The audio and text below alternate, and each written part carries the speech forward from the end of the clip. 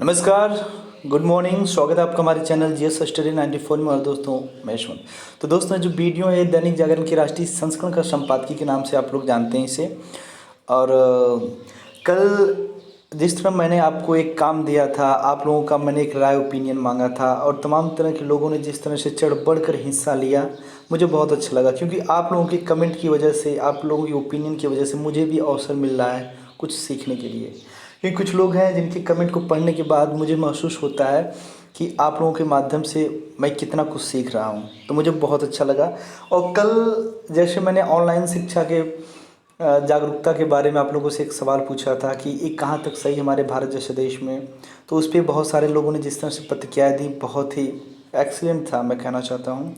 उसके बाद मैंने हेल्थ अवेयरनेस से रिलेटेड मैं क्वेश्चन रखा था, क्या आप लोग हेल्थ के प्रति मतलब सचेत हैं, जागरूक हैं? तो कुछ लोगों ने बहुत अच्छा उम्दा मतलब आंसर दिया था कि हाँ सर मैं ये करता हूँ वो करता हूँ। तो उसके बारे में बता दूं पहले किन किन लोगों ने अपने अपने माध्यम से क्या लिखा था। पंकुजा है, जो मिस पूजा जिनका नाम है, उन्होंने लिखा सर मैं 2 किलोमीटर मॉर्निंग वॉक करती हूँ, बहुत बढ़िया। उसके बाद उन्होंने जिस तरह से ऑनलाइन शिक्षा के तहत उन्होंने कहा सर अब जो है कि सारे काम पूरे हो रहे हैं, चाहे डिजिटल इंडिया हो, चाहे स्वच्छ भारत हो, ठीक है, आदि का जो काम है अब आगे चल रहा है। तो बहुत अच्छा आपने लिखा।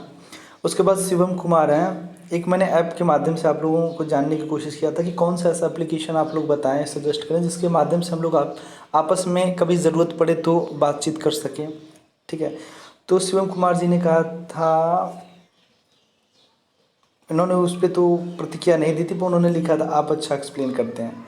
उसके बाद राजीव गिरी जी ने कहा था सर टेलीग्राम जो है वो बेस्ट है, और मैं 1 से 2 घंटे जो है वर्कआउट करता हूँ या आधे घंटे वर्कआउट करता हूँ और मुझे जिम अच्छा लगता है, ठीक है। और इनके जो ओपिनियन है, जो विचार हैं ऑनलाइन शिक्षा के बारे में जो इन्होंने लिखा, आप लोगों को जाके इनका हम कह सकते हैं मैसेज देखना चाहिए। जो कल का वीडियो है उसमें आपको जाके देखना चाहिए, इन्होंने कितना बेहतरीन लिखा है। हो सकता है आप लोग कुछ सीखें, सही बता रहा हूँ। उसके बाद इन्होंने सजेस्ट किया सर आप एक माई यूँ करके हैं, उन्होंने कहा सर जूम एप्लीकेशन के माध्यम से हम एक दूसरे से इंटरेक्ट कर सकते हैं। उसके बाद नितेश जाटव जी हैं, इन्होंने लिखा सर इसे बंद मत करना, बिल्कुल नहीं। और इन्होंने बहुत अच्छा लिखा कि 30 जनवरी के बाद जिस तरह से पहला केस आया था, उसके बाद हमारी जो गवर्नमेंट है चीज़ों में लीतापोती की, अन्यथा चीज़ें मतलब कंट्रोल में होती हैं। उसके बाद है दोस्तों नागर एकेडमी, बहुत ही उम्दा लिखते हैं। उन्होंने लिखा है जिस तरह से नोटबंदी एक सफल और सही पॉलिसी थी, पर बैंक कर्मी किस प्रकार से अपने रिश्तेदारों के माध्यम से, अन्य लोगों के माध्यम से अपना पैसा ब्लैक को वाइट कर दिए। इनके भी जाके आप ओपिनियन को पढ़ना चाहिए, बहुत ही बेहतरीन उन्होंने लिखा है। फिर एक हैं सिविल राइटर विवेक जी, वो कहें कि सर आपको टेलीग्राम सजेस्ट किए हैं, टेलीग्राम बेस्ट ऑप्शन है। नागर एकेडमी ने ये भी लिखा है कि ऑनलाइन एजुकेशन बहुत अच्छा है, ऑनलाइन एजुकेशन के माध्यम से किस तरह से चीज़ें बदल सकती हैं, ठीक है। जाके आप इन्हें देखिएगा, इन्होंने बहुत अच्छा लिखा है, जाके अपना भी प्रतिक्रिया दीजिए और लाइक करिए इनको। फिर नीतीश कुमार जी हैं, ये भी बहुत अच्छा लिखे। उन्होंने कहा कि सर मैं बहुत अवेयर हूँ स्वास्थ्य को लेकर, मैं योगा करता हूँ, पुशअप करता, अविलोम विलोम करता हूँ, उठक बैठक करता हूँ, पुशअप करता हूँ। उसके बाद ऑनलाइन एजुकेशन के बारे में उन्होंने अपनी प्रतिक्रिया दी है। फिर सूरज कुमार ने लिखा कि सर एक्सरसाइज तो मुझे बहुत अच्छा लगता है। फिर अनुराग मूंद भी है, लेकिन सर आधा घंटा मैं वर्कआउट करता हूँ, बहुत अच्छा लगता है, और टेलीग्राम इज़ बेस्ट एप्लीकेशन। तो आप लोग जाके एक दूसरे को भी वो करिए, जैसे कि सपोर्ट करिए, और किसी की बातें अगर अच्छी लगी तो उसके प्रति अपनी भी कुछ ओपिनियन रख सकते हैं, ठीक है। तो यहाँ पे देखिए लिखा है कि चरित्र वृक्ष है और प्रतीक्षा छाया। जो इंसान का चरित्र होता है ना दोस्तों, जिसे आप कैरेक्टर कहते हैं, वो एक वृक्ष के समान होता है, ठीक है। और जो उसका प्रतिष्ठा होता है वो छाया होता है, जिसे आप सम्मान करते हैं। तो जो छाया होता है एक तरह से आप कह सकते हैं, उस छाया के तहत तमाम तरह के लोग आश्रित होते हैं, चाहे जानवर हो चाहे इंसान हो। मतलब कहने का मतलब यदि कोई व्यक्ति हो चरित्रवान है, तो जो उसका प्रतिष्ठा है उसके नीचे उसके माध्यम से तमाम लोग उनसे जुड़े होते हैं, ठीक है। अब बात करते हो उद्योग धंधों पर खास ध्यान दे सरकार, ठीक है। तो इसे लिखा है दोस्तों राजीव शुक्ला जी ने। ये क्या है देख लीजिए, ये हैं लेखक, पूर्व केंद्रीय मंत्री एवं कांग्रेस के वरिष्ठ नेता हैं। ठीक है। उद्योग धंधों पर खास ध्यान दे सरकार। तो जिस तरह से भारत सरकार के द्वारा एमएसएमई से रिलेटेड जितने भी डिपार्टमेंट हैं, सेक्टर हैं, उद्योग हैं, उनको जिस तरह से उसने प्रोत्साहन राशि देने के लिए बात की गई है, आपने कल की वीडियो में उसे पढ़ा होगा। तो देखते हैं इनकी कुछ नाराज़गी भी हो सकती है। इन्होंने लिखा है लॉकडाउन का चौथा चरण शुरू हो गया है, लगता है कि बहुत कुछ बदला है, लेकिन केंद्रीय गृह मंत्रालय जो निर्देश दे रहा है उनका पालन सही तरह नहीं हो पा रहा है। कई राज्य सरकारें अपनी ओर से नियम बना रही हैं। इससे भी ज़्यादा गलत बात यह है कि जिला और पुलिस प्रशासन अपने ढंग से काम कर रहे हैं। ऐसा लगता है कि उन्हें सख्ती करने और किस्म किस्म की रोक लगाने को कहा जा रहा है। यदि गृह मंत्रालय के ताज़ा निर्देशों को देखा जाए तो शॉपिंग मॉल के अलावा सारी दुकानें खोली होनी चाहिए। उनमें सिर्फ 2 गज दूरी का नियम लगाया गया है। दुकानों का खुलना और सुबह 7 बजे से शाम 7 बजे तक लोगों का बेरोक टोक आना जाना इसलिए ज़रूरी है क्योंकि यदि सामान नहीं बिकेगा तो न तो उत्पादन होगा, न ही कल कारखाने चलेंगे। यदि ये नहीं चलें तो न लोगों को रोज़गार मिलेगा और न ही काम धंधा आगे बढ़ेगा। तो कल की वीडियो में एक चीज़ देखे होंगे आप कि मार्केट के बारे में बात कर रहे थे हम लोग कि यदि मान लीजिए एक अच्छे बाज़ार की ज़रूरत है हमें, तो वहाँ से रिलेटेड आप कुछ चीज़ों को देख सकते हैं कि यदि आवाजाही नहीं रहेगी, जो ख़रीदार एक दूसरे दुकान के पास नहीं जाएंगे तो माल बिकेगा नहीं, तो प्रोड्यूस आप क्या करेंगे। ठीक है। कोरोना से लड़ाई लड़ने के लिए हर नियम का पालन होना चाहिए, लेकिन इसी के साथ यह भी समझना होगा कि कोरोना इतनी जल्दी आने वाला जाने वाला नहीं है। लोगों को अपनी दिनचर्या ऐसी बनानी होगी जिसमें कोरोना वायरस के संक्रमण से बचकर काम किया जा सके। अब कोरोना के साथ ही जीवन गुजारना होगा और देश को चलाना होगा। कोई भी यह दावे के साथ नहीं कह सकता कि अमुक दिन कोरोना खत्म हो जाएगा। इस मामले में अमेरिका के राष्ट्रपति से लेकर दुनिया के किसी भी शासनाध्यक्ष को कुछ भी नहीं पता। सब अंधेरे में तलवार चला रहे हैं। इन हालात में अब हर देश को अपनी गतिविधियां सामान्य बनानी होंगी। भारत में लाखों मजदूर को इतनी विकट परिस्थितियों में अपने घरों को लौटना पड़ रहा है और उन्हें देख आंखें नम हो रही हैं। हम में से कोई भी उनकी सही तरह मदद नहीं कर पा रहा है। मैं आपको बता दूं, ये जो जिम्मेदारी है, हम लोग बस आपके साथ सहानुभूति और समानुभूति जो जैसे शब्द हैं वो आपसे रख सकते हैं, क्योंकि हम खुद लाचार हैं। ठीक है। और तमाम तरह की समस्याएं, किनके पास ज़्यादा समस्याएं, चाहे मध्यम वर्गीय हो, चाहे गरीब हो, चाहे मध्यम वर्गीय से जितने भी लोग नीचे हैं, मध्यम वर्गीय से लेकर गरीब तबका, चाहे उसमें किसान हो, बढ़ई हो, मजदूर, जितने लोग भी आते हैं सब परेशान हैं। पर दोस्तों, इन समस्याओं का निजात कौन कर सकता है? इन समस्याओं से आगे आपको कौन ले जा सकता है? वही लोग ले जा सकते हैं जिनको हमने अधिकार और जिम्मेदारी दिया है कि आप हमारे कष्टों को, हमारे देश को, हमारे समाज को बेहतर बनाएं। पर यदि वही लोग इस तरह से कुछ गलतियां करें, बेवकूफ़ी करें, तो क्या होगा? आज जानते हैं हमारे देश में क्षेत्र विशेष जो है, जिसे आप रीजनल कहते हैं, क्षेत्रीयता कहते हैं, वो बहुत बड़ा हावी हो गया है हमारे देश में। जिस तरह से आप देख सकते हैं मुंबई में और दिल्ली के अंदर जिस तरह से गलत तरीके से उत्तर भारतीयों को वहाँ से हटाया गया, वो अपने आप में शर्मनाक है। कुछ लोगों से जब हमने पूछा तो उन्होंने कहा कि सर जो उद्धव ठाकरे की सरकार और कांग्रेस, ये दोनों की अलायंस सरकार है, गवर्नमेंट है।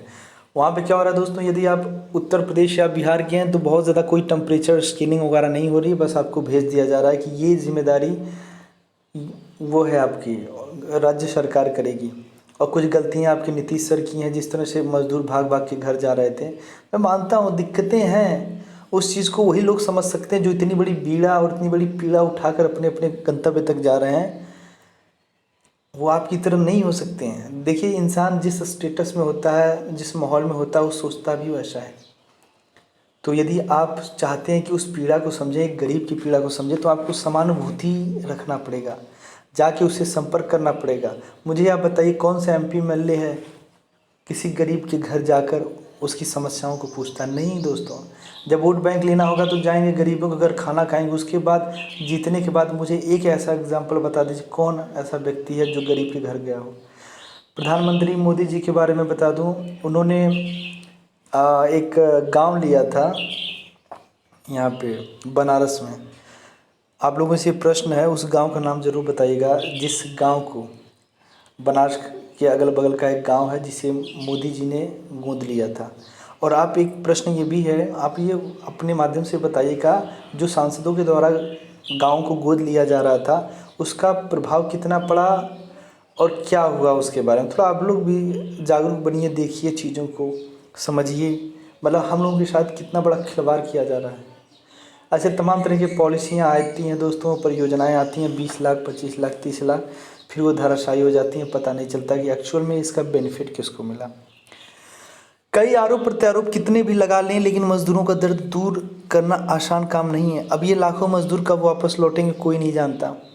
गाँव में भी उनकी स्थिति कैसी रहेगी यह कोई नहीं जानता। कुछ दिन तो गांव में उनके परिवार के लोग उनकी देखभाल करेंगे, लेकिन उसके बाद उनमें भी कलह हो सकती है। फिलहाल मजदूर वापस शहर लौटते नहीं दिखते। कई उद्योगपतियों ने मुझे बताया कि उन्हें फैक्ट्री चालू करने की अनुमति मिल गई है, लेकिन काम करने वाले लोग नहीं हैं। ऐसे में उत्पादन ठप पड़ा है। उनका यह भी कहना है कि महीने 2 महीने तो जैसे तैसे वेतन देकर निकाल लिया, लेकिन अब हमारा खुद की आमदनी जीरो है तो हम आगे वेतन कैसे दे पाएंगे। जो सरकारों की लेनदारी है उसे बजाय माफ़ करने के लेने की कोशिश की जा रही है। उन्हें कुछ समझ नहीं आ रहा है कि आगे क्या होने वाला। जब बेरोजगारी बढ़ेगी तो देश में सामाजिक अशांति को रोकना मुश्किल होगा। मैं बता दूं, इस बेरोजगारी को, अनएम्प्लॉयमेंट को वही समझ सकता है जिसके परिवार का है, खुद वो किसी प्राइवेट संस्था, प्राइवेट कंपनी, कारोबार से जुड़ा हो। उसके बाद इस लॉकडाउन के माहौल में वो खुद इसका विश्लेषण कर सकता है कि कंपनी के द्वारा या सरकार के द्वारा क्या प्रोत्साहन दिया गया है, क्या मिला है। देखिए सरकार, बीजेपी के अगर मैं बारे में बताऊं तो किसी भी सरकार को गलत नहीं करना चाहिए। देखिए अगर किसी भी सरकार है, देखिए आपके परिवार में अगर कोई सदस्य है तो कोई ज़रूरी नहीं हो कि हर काम वो बेहतर ही करे, पर अगर वो कोई काम गलत भी करता है तो आप उसको सही रास्ते पे लाने के लिए अपनी बातों के माध्यम से आप उसे समझा सकते हैं। तो वही लोग हैं, अगर समाज में कोई विरोध कर रहा है कि नहीं ये काम सही नहीं, ये गलत है, तो उनका आप स्वागत करिए, क्योंकि असल में तो वही जो आपकी गलतियों को बताए। पर आज हमारे देश में कुछ लोगों ने इस छवि को ख़राब कर दिया और बस पी पी के सुबह शाम पानी गाली दे रहे हैं भारतीय जनता पार्टी की। ये भी गलत है। इससे क्या इंसान फिर आपसे कुछ ना सीखेगा ना लेगा। अगर सामने वाला गलत है तो उसकी गलतियों को आप बताएं, गाली दे रहे हैं तो ऐसे में इंसान कुछ सीखने के बजाय आपके प्रति वायलेंट हो जाएगा।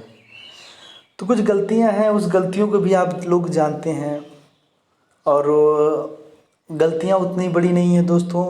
पर कुछ लोग हैं बीजेपी के अंदर ही जिस तरह से हिंदू मुस्लिम करके देश को अस्थिर कर देते हैं, देश को गर्त में ले जाने की बात करते हैं। उन्हें कुछ नहीं पड़ा, उनका रोटी सेका जा रहा है, सेक रहे हैं।